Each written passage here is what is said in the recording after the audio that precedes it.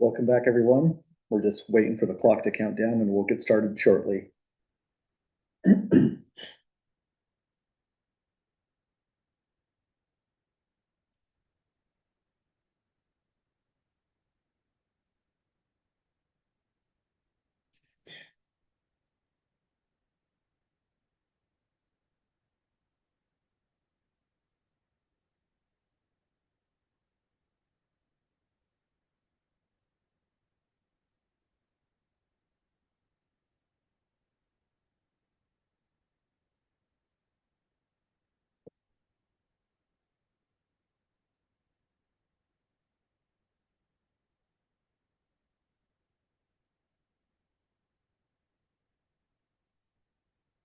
Well, it looks like it's time. Welcome back, everyone.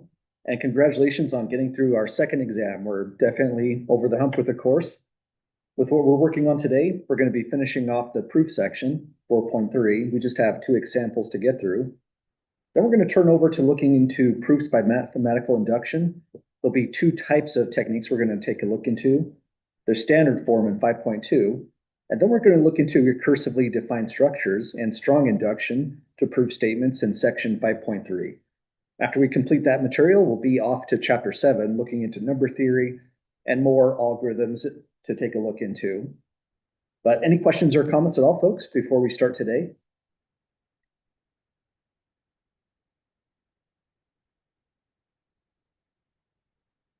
Okay, well, we left off on the technique of proving things by contradiction. So let's take a look into the problem we first just took a look into before ending class on Thursday, proving that the square root of 2 is irrational. And this is kind of a fun proof to go through. This is one of those kind of proofs that's presented in a lot of different contexts, but it's a great one to take a look into just thinking about proof by contradiction. It also uses a lot of the methods we've been looking into all along across these notes, looking into sets of numbers like the integers versus rationals versus irrationals. We'll be looking into defining even versus odd quantities by quantifying them in this type of way. So there's a lot of carryover for what we've been doing, culminating in this one example. And in fact, example 1, this statement that we proved to start off the notes, is relevant to this question, showing that square root of 2 is an irrational number. Well, let's give it a start. Proving this directly, I'm not sure what that would even look like, but we're going to go a completely opposite route, turn it on its head, and do the following. We'll do a proof by contradiction. If we're going to make a proof by contradiction, the very first step we have to think about is, what are we going to negate as a statement to begin? So, wrong tab there, there we go. The moment we said in this statement here, root 2 is irrational, we have a dichotomy. Numbers can either be rational numbers as a real number or an irrational number, and there's no middle ground whatsoever. So if we say negate this entire statement, square root of 2 is not irrational, we're saying it's a rational number, that we can find integers p and q such that square root of 2 is equal to p divided by q. And again, we've used this technique once already before elsewhere in the notes. So it's kind of a review on just how this kind of logic goes at this step. So on the proof by contradiction, immediately just say assume. You could say to the contrary, but it's kind of just flavor text. You could skip that. Assume to the contrary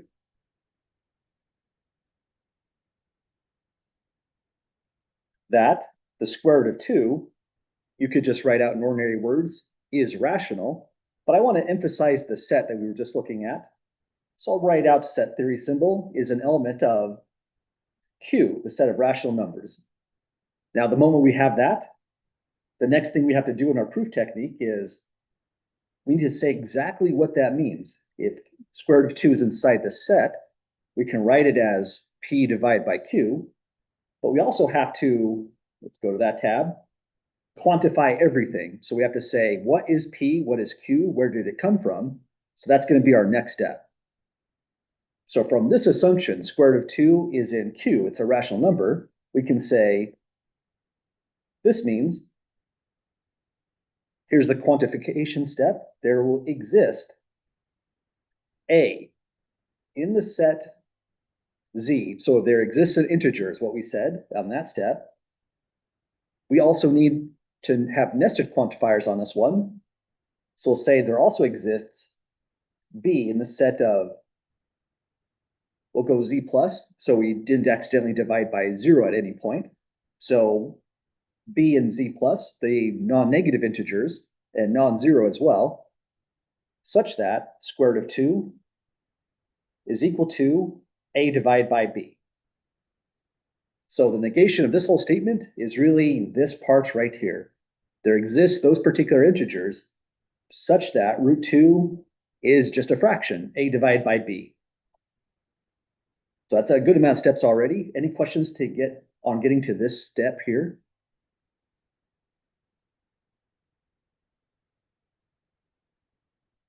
Okay, now getting this contradiction nailed down is actually kind of slippery in this proof.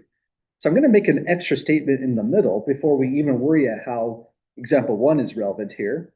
The statement's going to go like this. If you write A over B, imagine it's something like 5 over 10. You could reduce that to 1 over 2. And we want to make that kind of assumption that this A over B is written in lowest terms, that this has been reduced. There are no common factors. So I'll say it this way. We may assume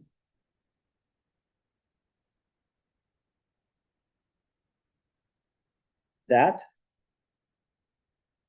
A divided by B, well, let's say it this way. Let's just separate them out. A comma B, those integers that we quantified, have no common factors. And that's a big assumption to just say out of nowhere. So you have to justify why this is reasonable, why we didn't just say give a non-proof on accident by making too big of an assumption in the middle. So let's say even more words. This is kind of like extra legalese that we have to put in the middle to make sure everything logically comes down to a particular contradiction. So the next statement we'll make right after is, if this is not the case, if they do have a common factor, in other words, then we may write root 2, which is A divided by B, as A1 divided by B1. Here we're just taking the ordinary mathematical step of reducing those fractions so there's no common factors. We know from our training in arithmetic that can always be done. So we may write square root 2 in this way, where we know that A came from here, so that's the integer. So A1 is also an integer, B1 is a non-zero integer coming from this set, but we've just divided out the common factors, so it's a different integer. We'll say here where A1, B1 have no common factors,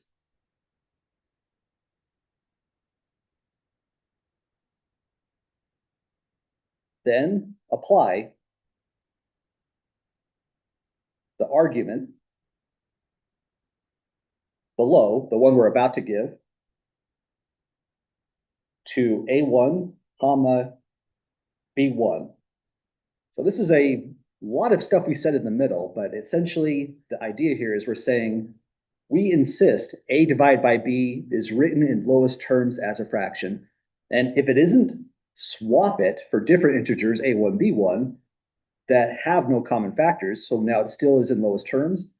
And if you're always allowed to do that, apply the argument we were giving below to either the original A over B if it's in lower terms, and if it's not, to the reduced A1 divided by B1. A lot of words just to say we can write down square root of 2 as a fraction. That's the contradiction. And we're also saying very, very carefully, no common factors. It's in its most reduced term, lowest terms rather. So this is kind of a distracting statement in the middle before we get into the nuts and bolts of the details. Any questions at all with this big statement we made here?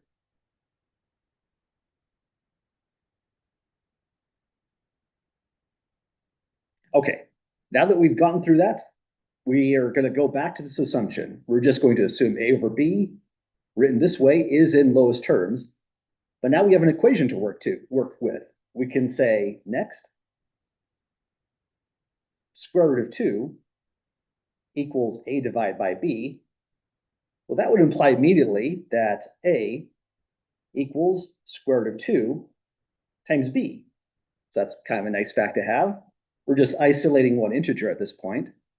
Square root of 2 is there, so if we want to get just a 2, notice what would happen. If you can put a 2 right there, that's the structure for even. But it won't be a that's even, it's going to be a squared that's even. So let's square both sides, producing a 2 right in that step, and get an even integer. So on the next step,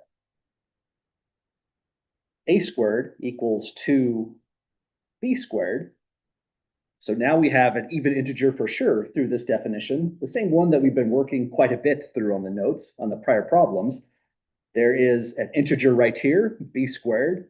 It was stated to be an integer originally, so the square of the integer is still an integer. We're doubling it. That automatically says a squared is even. So let's connect that thought. This implies we have a long chain of implications, and now a squared is even. Now, this is the point where it's really easy to get stuck on this particular proof by contradiction. A squared is even is nice, but you know what I really want to conclude is a itself is even. That's where example 1 comes into play. But it seems unhelpful at first, right? Because example 1 is a statement about if n is odd and squared is odd. It's not really in the form we want. We have the square here and it's even at the same time. But with our logical structures that we've been studying all along, any implication whatsoever, you can just turn it inside out and consider it's contrapositive. So let's do that right here. This has a contrapositive. Let's make this kind of a more standout color. Contrapositive will go like this. We'll start by saying if. Over here, negate this part. It's what's going to come right after the if statement. It'll be, as a negated statement, n squared is even. Then we go over here and say, then we go to this, negate it, it's now the conclusion, n is even. So that's our contrapositive. And because we did prove the original statement, it's a guaranteed mathematical fact. So with the contrapositive, we just get this for free now. So that's the negation, or excuse me, not the negation, the contrapositive of the original statement. And here's how it becomes relevant. We have a statement that a squared is even, but the moment we know that, the original integer a itself, this one, it has to be an even integer. There's no question about it at this stage. So let's make that our next statement. Let's cite example 1 as well. By example 1, specifically the contrapositive, I'll just say briefly, once we prove an implication, we've really proved 2 statements, the original one and the contrapositive. So it's okay to just say briefly, by example 1, A must also be even.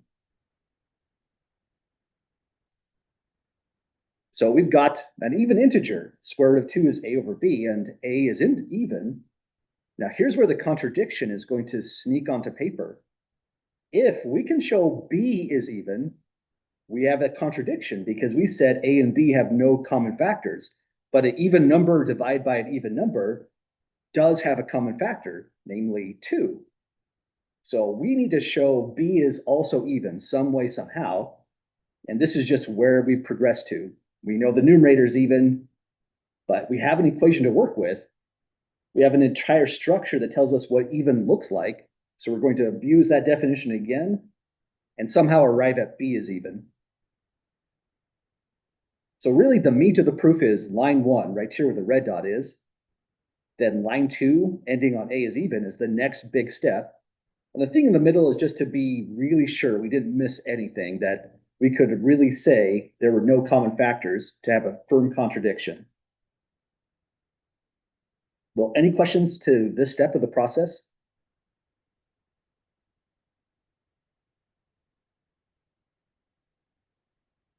Okay, so let's write out this next.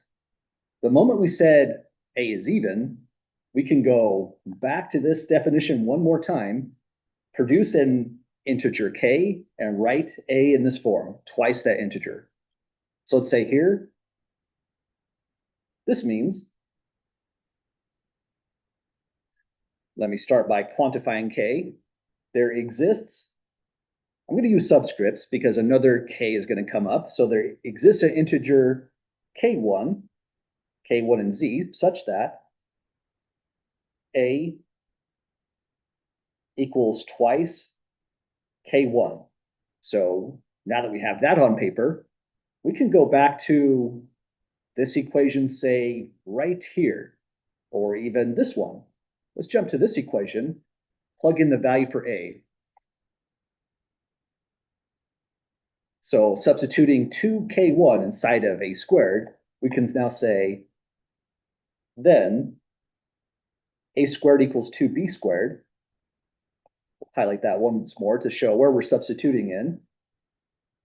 This will then imply, the truth of that equation now implies 2 times K1 squared is 2B squared.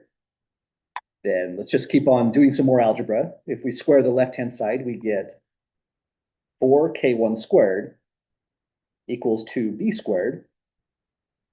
Now, once we get to this stage, we can solve for B squared. Divide by 2, and hang on, that's supposed to be an arrow, not an equality.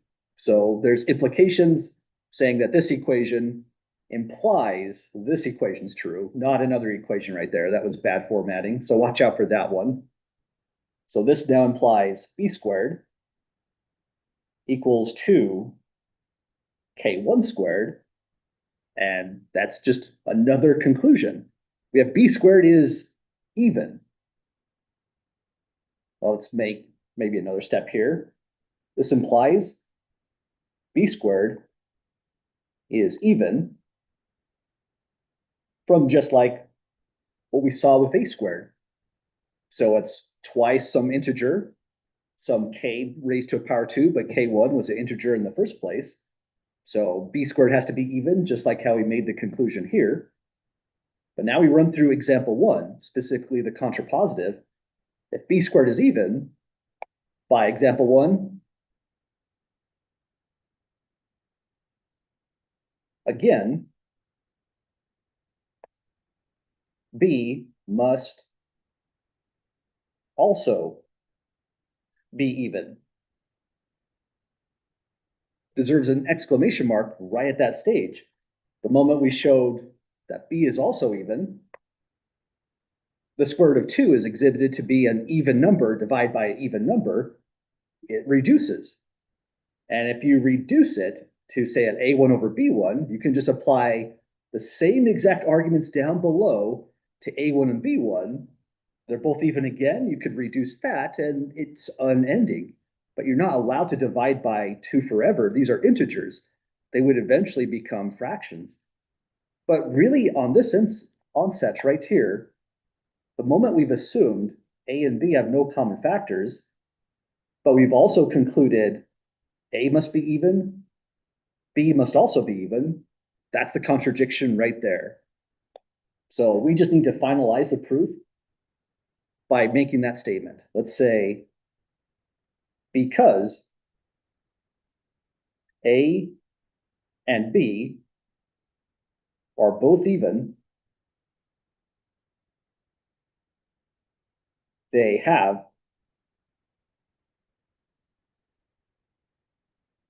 a common factor of 2. And once again, we've cited this probably like 50 times so far in the course of these notes. That's just the statement right here. You can double something. There's a factor of 2 the moment you know that integer was even in the first place. So that's our most cited fact so far, I'd say, in the notes, probably in the whole class. Because they have a common factor of 2, we've contradicted this statement. This contradicts the assumption that those integers a, b, I'll just say a, b for short, have no common factor. So we've absolutely broken something in mathematics. The reason we've hit this logical contradiction, something that should never happen in mathematics whatsoever, it happened because of that statement. We assumed the square root of 2 is a rational number. If you make that assumption, logic runs into a contradiction immediately through these kinds of steps. So our proof is over. We just have to state the conclusion. Therefore, square root of 2 is irrational since assuming root 2 is rational in that set Q is what led to the contradiction.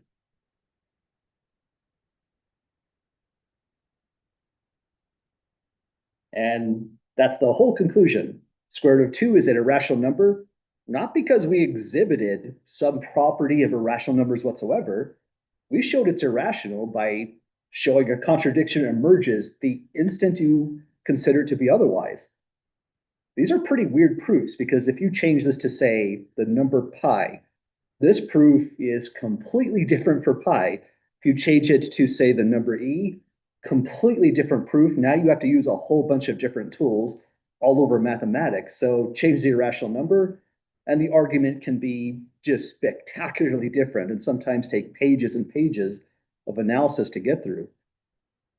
But we did it, folks. This is kind of a interesting point of view of what we were doing in chapter 3.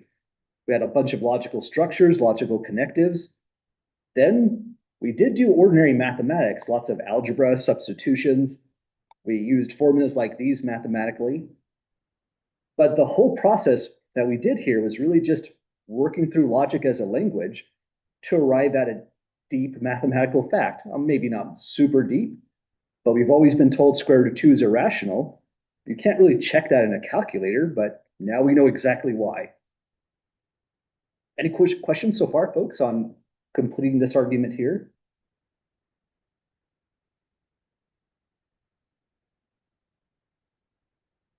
Okay, and I would say just for reassurance on an exam setting, say we're thinking about exam 3, this one would be a bad problem for exam 3. This was mostly us tying together lots of concepts. Contrapositive came into the picture, even an odd quantifying variables. So it's like one big challenge problem that we got through.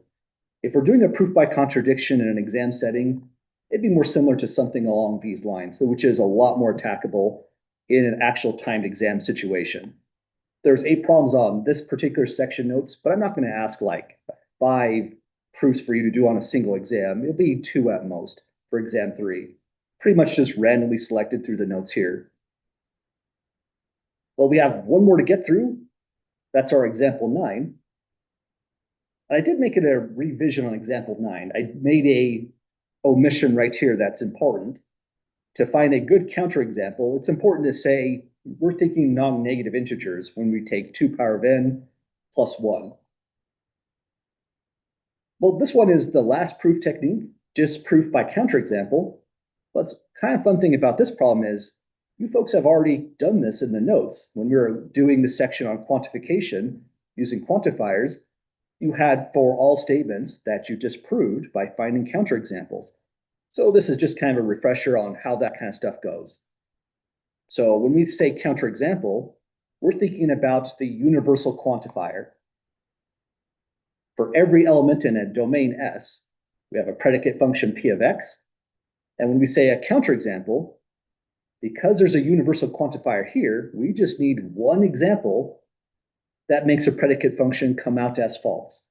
The element is the counterexample.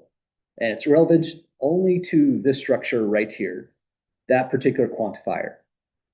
So that formal technique says to disprove by counterexample shows that this is going to be a false statement by identifying one counterexample, y and s, and providing a proof that the predicate, whatever it happens to be, is false at that one value.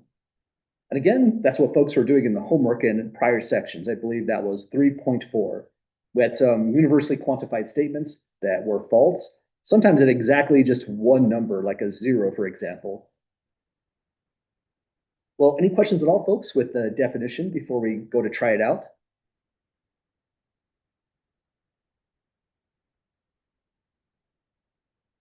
Okay, so here's a statement we're going to disprove. That'd be amazing if it's true, but coming up with a function that tells you primes is no easy task whatsoever. And these are an interesting kind of primes. I believe these are called the Mersenne primes. There's lots of computational time being devoted just for specifically finding very, very large prime numbers. And sometimes they fit that structure. Every time a new one's discovered, the order of magnitude here, I believe, is in the hundreds. People are usually pretty excited. It says, the statement we're going to disprove, however, is that for every non-negative integer n, this number comes out as prime, as a prime number. First thing we're going to do is quantify it. So for every non-negative integer n, we want to say what is the predicate function, and it's this entire statement right here. It's a predicate in the sense that the truthness or the falseness of that statement depends on the specific non-negative integer we picked in the very first place. So even though we're just writing something down with quantifiers, I'm going to insert a predicate function just for the sake of review, also because it's going to lead into the next section on proof by induction. So let's define P. It's a predicate function, its domain, after the correction here, sorry for that fast revision before class started.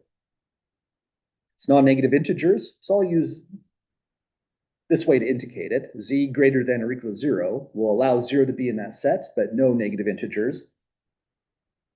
A predicate function is Boolean valued. Valued means its codomain is going to be either true or false. So that's our predicate. And now when we go to quantify the statement, we can write it in terms of this. Define P mapping from non-negative Z to true false as P at n is just a statement.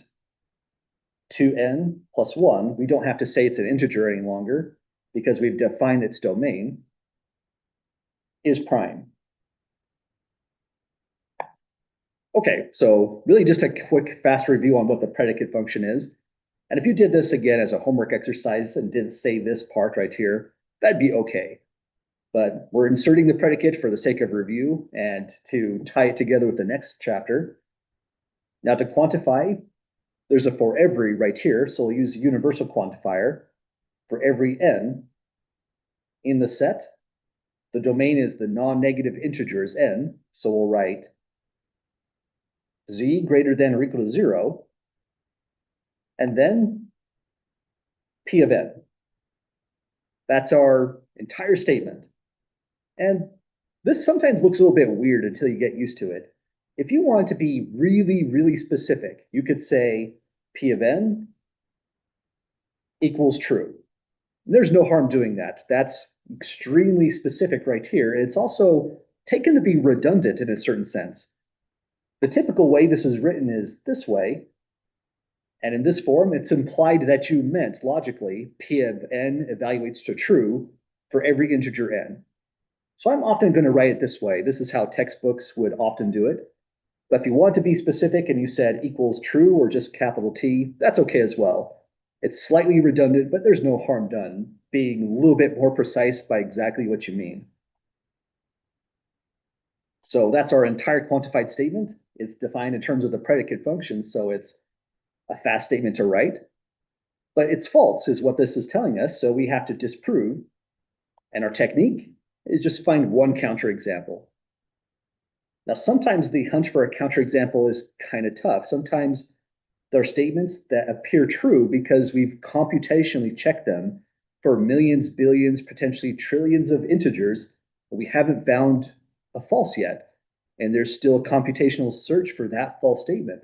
There's certain mathematical facts that fit into that, but no one's given a full proof of the statement and no one's found a counterexample yet. It becomes an open question. But this one's different. We're going to run into a counterexample pretty fast. The homework is a little bit more tedious, so just for the sake of a hint on the homework, the counterexample shows up around the 40s. So that's a little bit more tedious one to go one by one through all the integers. But here's what the work is going to look like on this one. First, we want to check P at the minimum value in the domain, 0. So if we set n to 0, we look at what the statement is for the predicate. It's defined this way, giving us either true or false. We're plugging 0 there. So 2 power 0 plus 1. That comes out true as 2, and it is prime. 2 is the minimum prime number.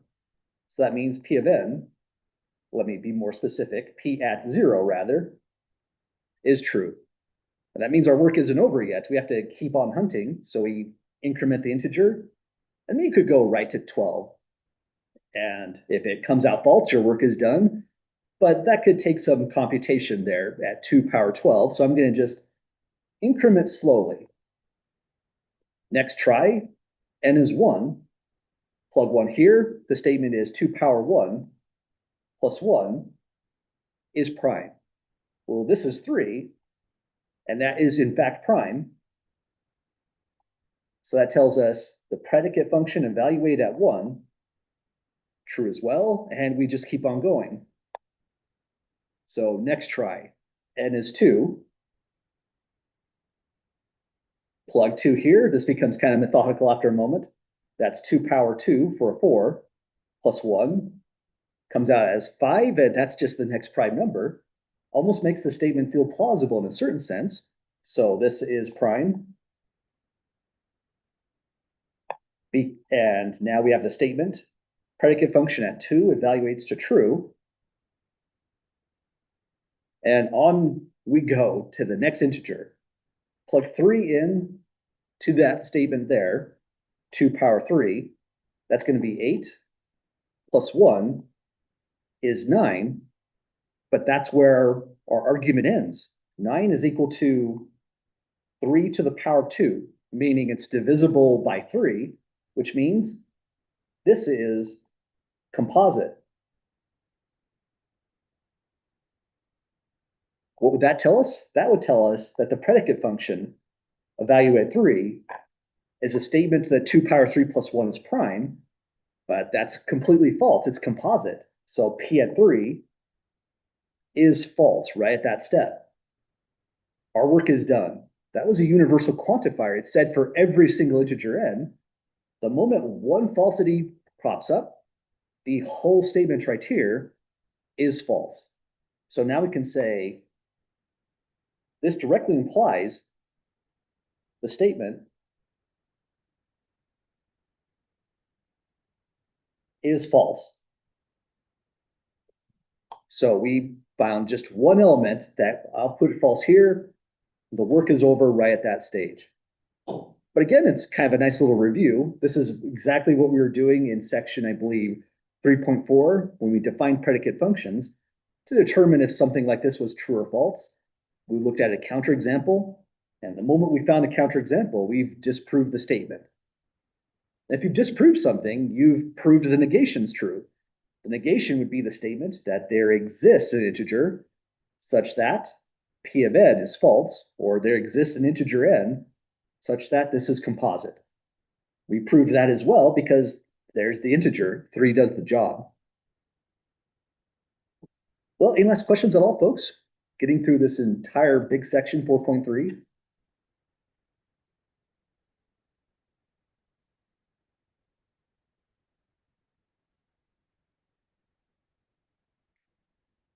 Okay, again, this one is kind of a review problem in a large sense, but the major thing we want to review is just how predicate functions go. In the next chapter, we're going to look into a new proof technique. a proof technique where we're going to prove statements that none of our tricks here are going to really work whatsoever. That proof technique will rely on a predicate function just to define on how it goes. So we'll carefully track what that predicate function looks like in each and every problem.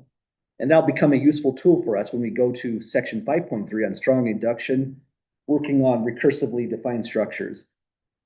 So here's our next exciting section. We're still thinking in terms of all of this is applied logic in a real sense.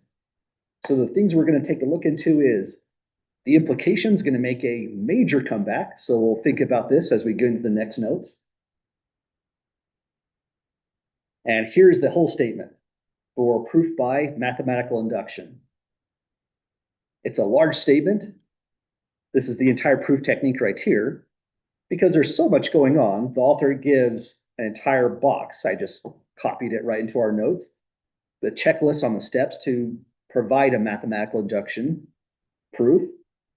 And because sometimes a visual as a flow chart is helpful, we'll look into seeing it this way.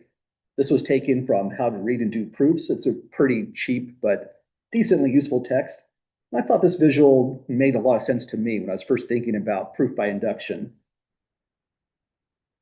Okay, so what are we trying to prove? These kind of statements. Notice it's a for every integer. But this time we're not trying to disprove it.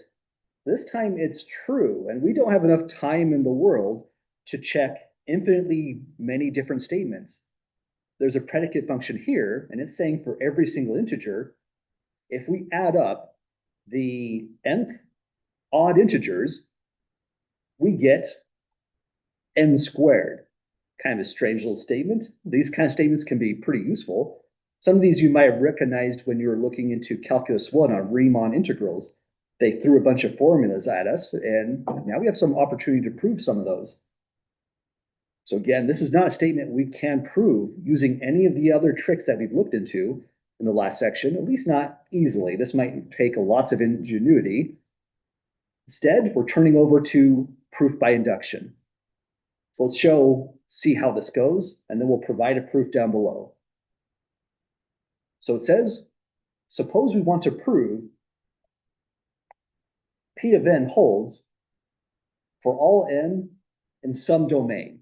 This one is the non-negative integers, but my mathematical fact happens to be the positive integers. It starts at 1. So one takeaway point here is it must be a set of integers, but it can have a minimal value like 0, a minimal value like -5, and then you check -4, -3, and so on. Or it could start at 1, like on our value down below. So this is a set of integers.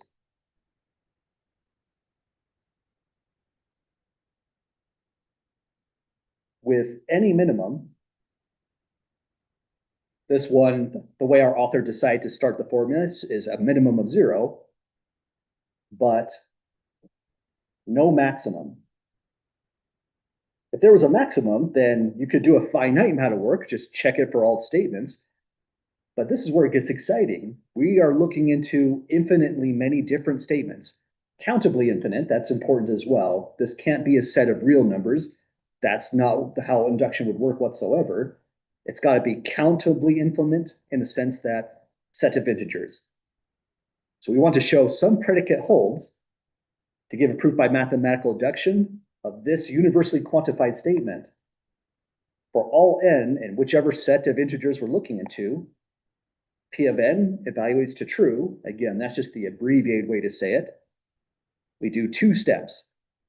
Step 1, show that it holds for what we call a base case. That at the minimum value, whatever it happens to be, 0 in our author's definition, P at 0 must be true. In our problem, we start at 1, so we must show P of 1 is true. So minimum value would go here, whatever it happens to be.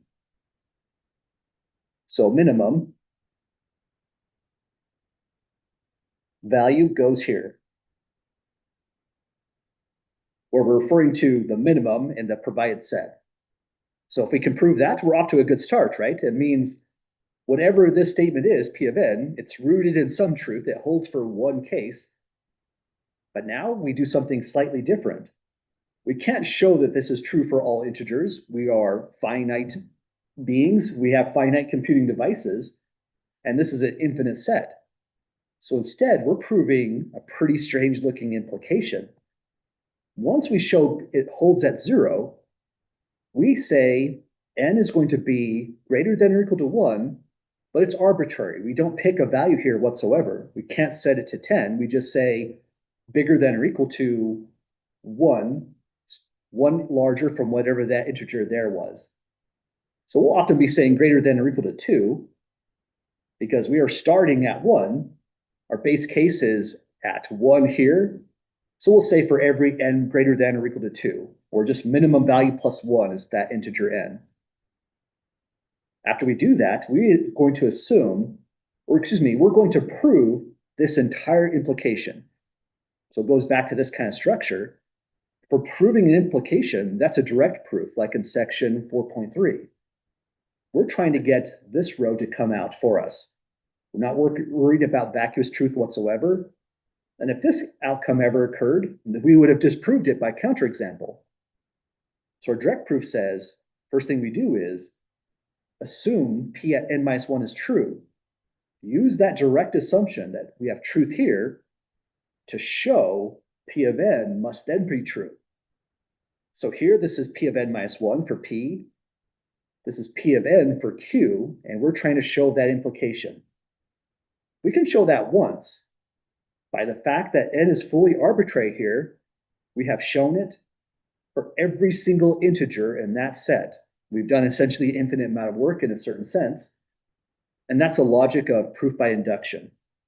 We're essentially showing a process, an algorithm, or some kind of machine, or maybe a bit of code that you're writing up that shows the truth of one statement here implies the truth of another. But it has to be rooted in truth. That's why we have to have the base case true. And notice, if we say n is bigger than or equal to 1, if it is 1, you plug 1 here, and that's p of 0 coming up. That's the base case when n is 1. But we're saying for every, and so we're showing this implication holds in full generality, not one specific integer. So that's the entire idea of proof by induction. The value that's here is the minimum plus 1. So then we'll have Pn minus 1 implies Pn. The steps are assume,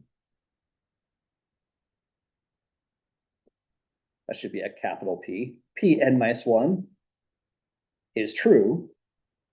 So we have an automatic statement. If we say that's true, whatever the predicate statement is, we have a mathematical fact on paper, but then we have to use it to show, to imply that, show, let me say then, to make it feel like a process, then show P of n is true. So we're about to start this off. Essentially what we said through is this entire guidance right here. I just put it in the notes for easy reference. Let's give it a try with example 1 down below. First, any questions or comments whatsoever with the idea of proof by induction?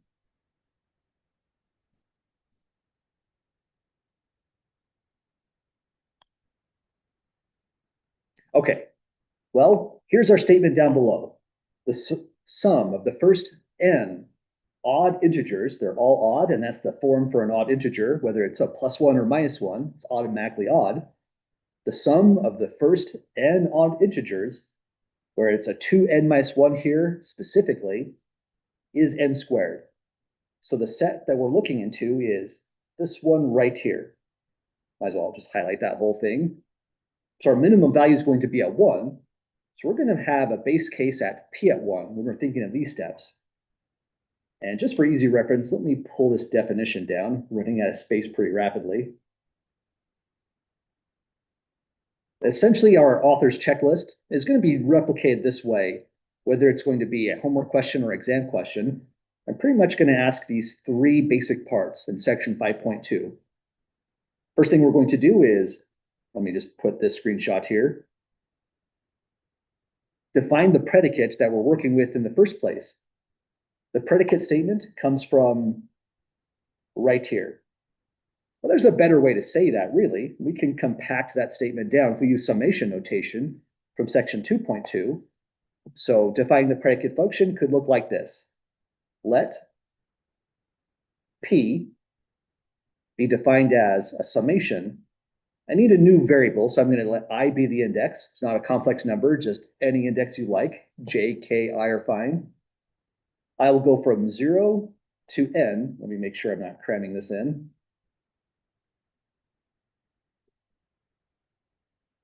Summation of that structure right there, 2i minus 1 equals n squared. My formatting seems to have gone kind of haywire. Let me try a little bit better. So there's my entire predicate statement. Once we define that, we can say then, we won't say this every time, but just to tie together the concepts, then P is a mapping from the set Z greater than or equal to 1 to the Boolean values, true, false. So we have a Boolean valued function, but that's just a different way to say there's a predicate on paper. Now we want to write the statement in terms of quantifiers. Let me just fix that formatting, broke something there. Microsoft Word's arguing, I'm just gonna let it have its way. But quantifying this one is not too bad. It's a for every statement, so we'll say for all n in the domain of that predicate function, z greater than or equal to 1, we have the statement P of n is true. And again, we just abbreviate it to simply P of n. Really, this is not the earth-shattering step because we are pretty much just copying the definition. The major thing is we wrote down the predicate function, we changed the notation to something that might be more algebraically easy to work with. And now we're ready to prove that this is a true mathematical fact. There's no counterexamples if you try to disprove it, like on our last example in 4.3. But to prove this, we're on step 1. We need to show the base case holds, that this is actually rooted in reality. And it's kind of funny, just as side thought, there are strange mathematical arguments where people just ignore this. And you can show sometimes with a weird mathematical statement that this works, but the whole statement's false because no one proved the base case. So just because you can get to case 2 does not mean you have a mathematical proof. Sometimes you can do 2 and 1 is actually false, and so is the whole entire statement. So we make a big deal out of the base case for that reason. And what we're proving is the minimum value statement. For us, we need to show P at 1 is true. So to begin, we'll say let n be 1. What happens when n is 1? Here's the entire predicate, and there's 2 sides to it. So we can look at the left-hand side. Then it's a summation as I goes from 0 to, hang on, let me look at that summation again. That should have been a 1 right there, because if I had 0, plugging 0 there is going to give me a negative value altogether. That's never going to equal squared, which is a positive value. So sorry, I have an error on my index of summation. That should be 1. Starts on 1 odd number, not 0 odd numbers whatsoever. So if n is 1, with that correction here as well, the summation goes from I equals 1 up to 1. So that means it's not the world's most interesting summation whatsoever. It's the summation of 2i minus 1. This will be equal to, plug a 1 there, so you will have 2 times 1 minus 1, which is equal to 1. And that's just the left-hand side of the statement. We use summation notation, and maybe it's a good thing because we have a correction we need to put in there. This is not the base case until we show equality. So we look at to the right-hand side, and n squared, but n is 1, becomes 1 squared equals 1 as well. That's good. That means plug in 1. That means it's just one term here. 1 goes there, we get positive 1. It's equal to the right-hand side at the same exact time. What we've shown is P at 1 is true. And that's our base case. Again, we don't have a 0. Our author starts at 0 more generically. Ours started at 1 because our minimum integer in the set was 1 itself. Well, 1 down, infinitely many to go, but we're going to use induction, so it won't be as bad as it seems. Any questions first whatsoever with running through the base case?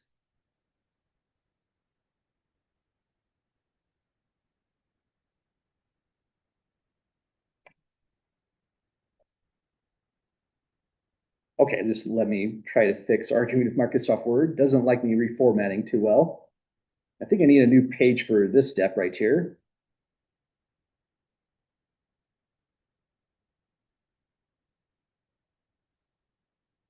There we go. So now off to the inductive case. So in the inductive case, this is what we're trying to show, that a prior predicate statement implies the next predicate statement. But we need to be really mindful of what is the arbitrary integer n. If we have a 1 here, we're going to say for the inductive case, I'm kind of changing my mind. Let me see if I can put it up here. We just go to 1 integer higher and start by saying let n be greater than or equal to 2 be arbitrary. You don't have to say the statement, let it be arbitrary every single time, but that's just my way of emphasizing we can't pick a value here. It could be equal to 2, that's just the next statement, or it could be equal to 2 to the power of 50, anything along those lines. So any integer 1 higher than what we've shown in the base case. Now we're proving the implication, but we've done these. These are the direct proofs, and we've done quite a lot of direct proofs in the last set of notes. To do this kind of implication here, the first thing we assume is Pn minus 1 is true for an arbitrary integer n. So let's say that right away. Assume P at n minus 1 is true. We must show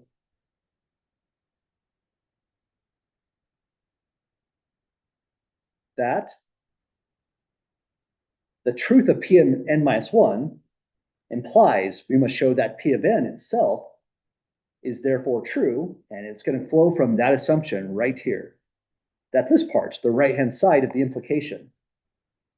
So we're giving a direct proof. It's involving predicate functions. There's lots going on, and we have to pick n very, very targeted. It has to be 1 higher than the base case. And notice if it's 2, you're just plugging 2 here, you'd be saying the truth at P at 1, which we've already established, will imply the truth at P of 2, which we have not. But n is allowed to range over any integer at 2 or higher.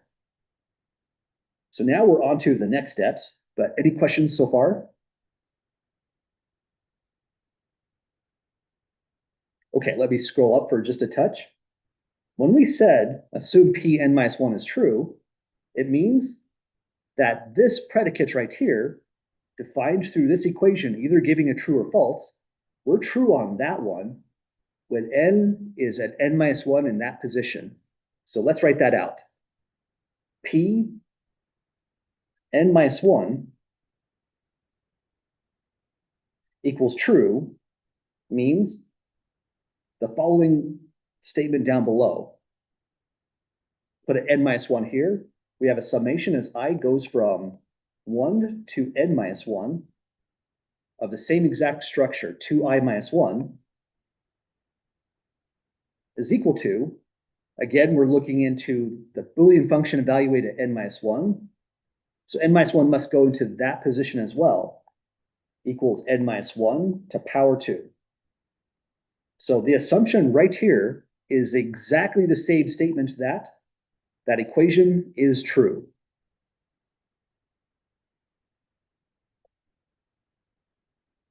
But what do we have to do next? We need to now show that P at 1 higher from n minus 1 up to n, it must also be true, and we have to loop in this assumption some way, somehow. If we're giving a proof by induction and we never use that that's a telltale warning flag, the biggest warning flag ever. We've made a mistake. Well, the biggest warning flag ever really is not proving the base case, because then anything can happen. You might give a proof of something that's completely false. So a completely flawed proof. So now, since we're trying to show that's true, we can't just write this whole equality down. It's the thing we're trying to verify in the whole sense. So we can't write that down and work from that. We have to work on exactly what we did on the base case. We have to pick one side, probably the more complicated side, work some algebra out and show it's equal to the right-hand side. Let's put that down just as a fast warning. We must not assume that summation I goes from 1 to n of 2i minus 1 equals n squared. Deserves an exclamation mark for sure, because that's what we're trying to show. And if you assumed that, if you use that equation as fact and worked with it algebraically, it's a circular proof at that point. Our logic is completely flawed. We can't take that as true and use it to prove it's true, in other words.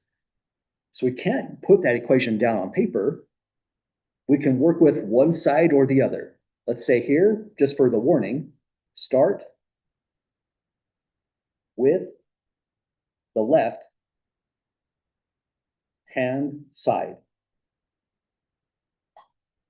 Only because we have more tricks algebraically we can work out if we begin from that left-hand side. So this is how it's going to look. Next, we're going to take summation as I goes from 1 to n. This time, not n minus 1. We're considering the entire statement, p of n now. So this summation of 2i, not n, minus 1. We need to work algebraically until we hit n squared. So that's our algebraic target right there.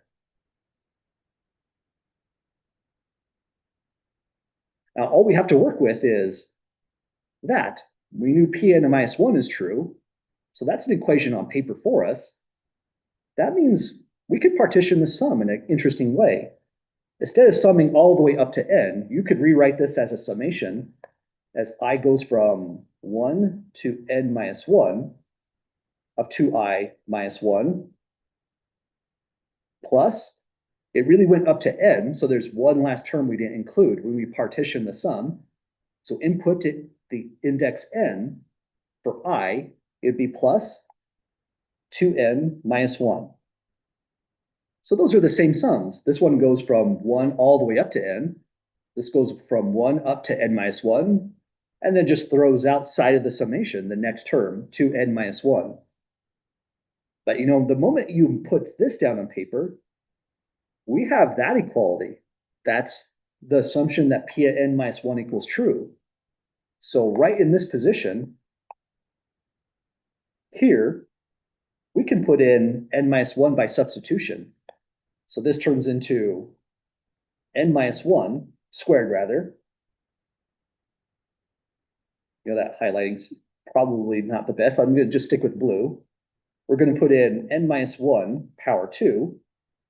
That's the case pn minus 1 is true, plus 2n minus 1. And now we're just completely stuck in the land of algebra. We can expand this and see what happens. If you expand that term, you get n squared minus 2n plus 1, drop parentheses, plus 2n minus 1. A whole bunch of like terms combine on this, and you get n squared. But that's a moment of reflection then, because looking up at the notes, that's exactly what we want to show. Just scroll down a touch. We assumed Pn minus 1 is true. We had to now show that that's true, P at n. So we started with the left-hand side here. There it is. We never assumed they were equal. That would have been circular logic in the real sense. Instead, we used the prior assumption. We made a substitution. We did a bunch of algebra. We ended here. And that's cause for celebration because this now shows P at n is true in fact. We've matched up the left-hand side with the right-hand side, just like we did in the base case. It was just now in a general integer n. So we'll say here, therefore, P of n is true. That means our work is actually done in proof by induction. What do we have to show? P of 0, rather, P at 1 for our problem is true. Then show that this implication, Pn minus 1, implies Pn. We have shown that implication. We assume that this is true. We have landed on P of n is true. And now we can say the proof is now complete by mathematical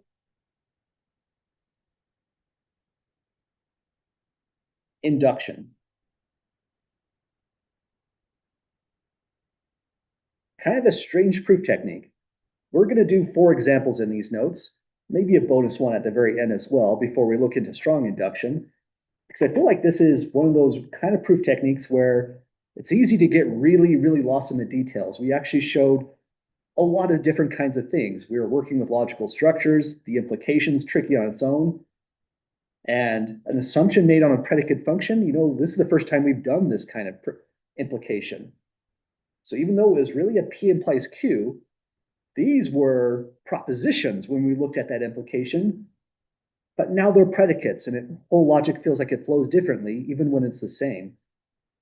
But any last questions or comments at all, folks, looking at this whole landscape of the proof?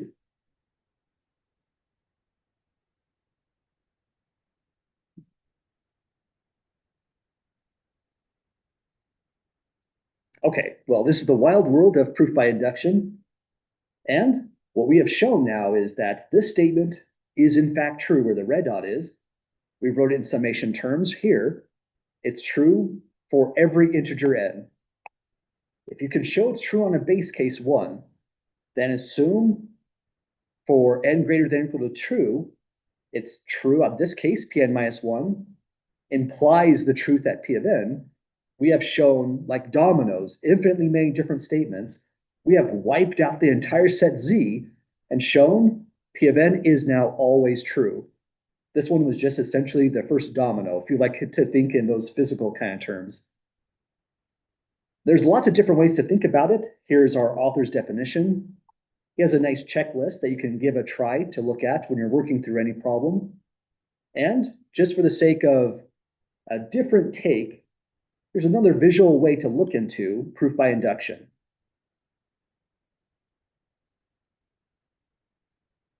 One thing that's kind of interesting on this proof by induction definition right here is, let me pull this down just for a temporary view. Our author made a choice to go Pn minus 1 implies P of n, and some authors go a little bit different. They go P of n implies P of n plus 1 is true, and that's completely the same proof, really. It's just a matter of how you would like to write things down. The algebra is always going to be essentially just about the same. I'm going to do it the way our author did it in the definition. A prior integer implies the next. And in this proof right here, which you're allowed to do, they're saying the integer implies the very next one. If you do go this route, then the change you'll have to make is you'll have to make sure that this integer is going to be the correct one. So we said P of n here, you would have to say n greater than or equal to 0 right at that step. But let's maybe just adjust this a little bit. Instead of saying P of n, it's completely fine, but I'm going to do what our author said and use P of n minus 1 and arrive at P of n. So just a slight adjustment again. It's the same exact proof. You're just shifting the integer. And this is another different take on what proof by induction is doing. We verify P at 1 is true. If you can show that P of 1 is true, then in proof by induction is essentially a machine. This is our goal, but as finite creatures with finite computers, we cannot do this right here. We cannot show that every single integer is true for the predicate function and so on. So instead, we work in more generality. We can show that P of n minus 1 is true. do some kind of proof, some kind of algebra, our author calls it a proof machine, and conclude that P of n is true, we've effectively done this. All statements fall over as dominoes as becoming true statements. So again, really just the same kind of thing our author was talking about in his definition, but a different way to visualize. And here's the next example to give a try. This is where, if you think way back in terms of, say, Calculus 1, when you're defining a definite integral, area between curves, area under a curve, and so on, Riemann sums came into play. And before we looked into the fundamental theorem of algebra, we showed how to evaluate some Riemann sums, maybe for a function like y equals x squared plus 3. It's an enormous amount of algebra, and these kind of formulas had to be used in working out the limit of the Riemann sum. Now we're proving these kind of formulas, so we can show exactly why this has to be true. The first integers, let me say it better, the first non-zero integers squared summed together is just this particular degree 3 polynomial. A pretty random fact, but it has its uses depending on what you're doing algebraically or in calculus. We're going to start, because we have a 1 here, by assuming P of 1 is true. We'll assume then that P of n minus 1 is true and show that it implies, as a direct implication, using our logical structures, that P of n must be true. That will give us the entire set of statements, never ending, that all statements are true, which is what this is trying to convey. For every integer, this is a true equation down below. Well, any questions at all, folks, before we'll start it, probably, before trying to complete it entirely?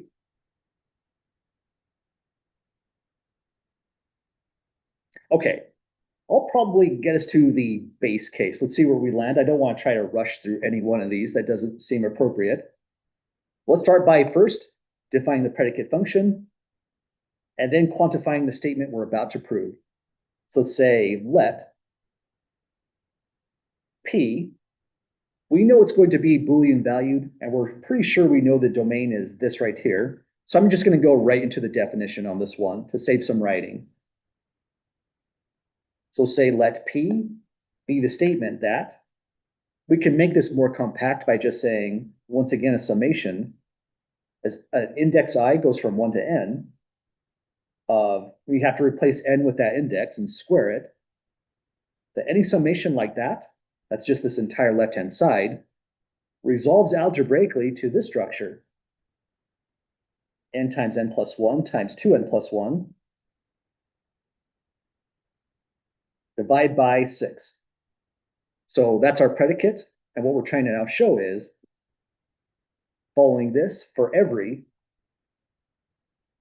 n in z, for every possible integer, and let me be very strict on that domain, every positive integer, strictly, that deserves some yellow too, let's hit it with that. P of n is true, and we just abbreviate by saying P of n, that's a bona fide equation. Well, the minimum element in this domain is 1, so to work through this, we have to show P at 1 is true. That's the first step here. We can show that.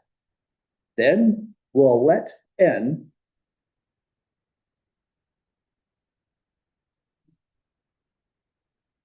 be bigger than or equal to 1 higher, 2. So P of 1 can conceivably show up when n is exactly 2. We'll show for arbitrary n greater than or equal to 2, this implication holds. That's going to be the tricky step. I'll keep the color coding organized in the same exact way, so when we read the notes, we'll know what steps we're working on. So let's see if we can get through the base case, and that's probably where I want to end this one, because this is not a fun proof to just break in the middle across a weekend. The big part of the argument is going to be in part C.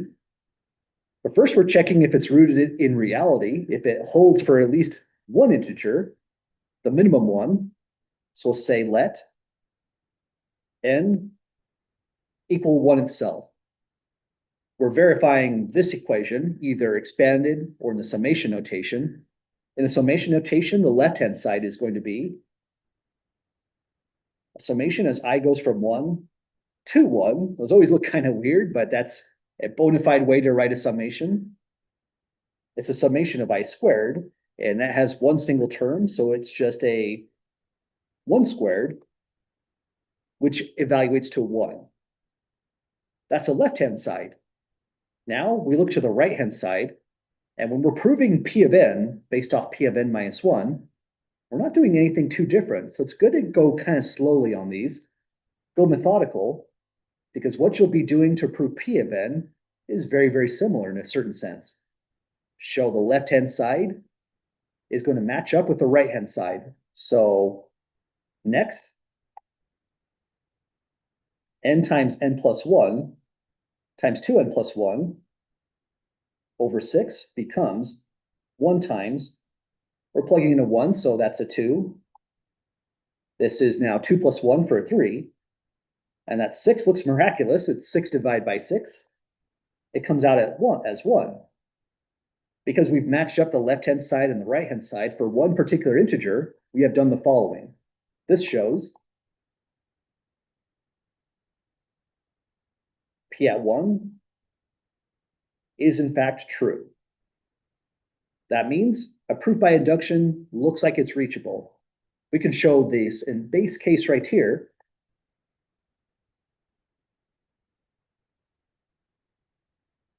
Then all we have to now do is the inductive step, is what this whole part is often called.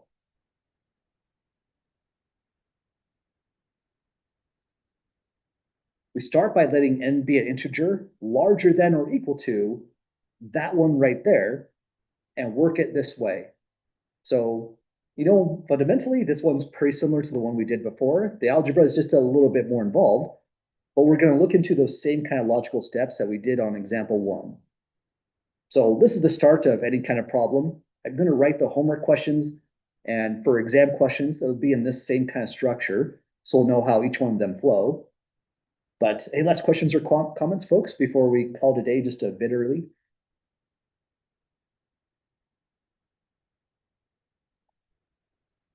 Okay, well, have a great weekend, folks. We'll take a breather, get through the weekend, and then when we come back on Tuesday, we'll refresh how all of this goes again, see how to complete this hypothesis, and then change gears to something other than a summation. We'll look into divisibility. That's just going to be another take at this kind of stuff. You put a 4K here if you're talking about divisibility by 4. So we revisit these definitions in a different way. And then here we'll do something kind of interesting with factorial. But factorial is a pretty interesting function. So we're going to do an extra application after getting through this one. That's going to relate to how we connect into the next section, 5.3, with recursively defined functions. But have a great weekend, folks. I'll see you all next Tuesday.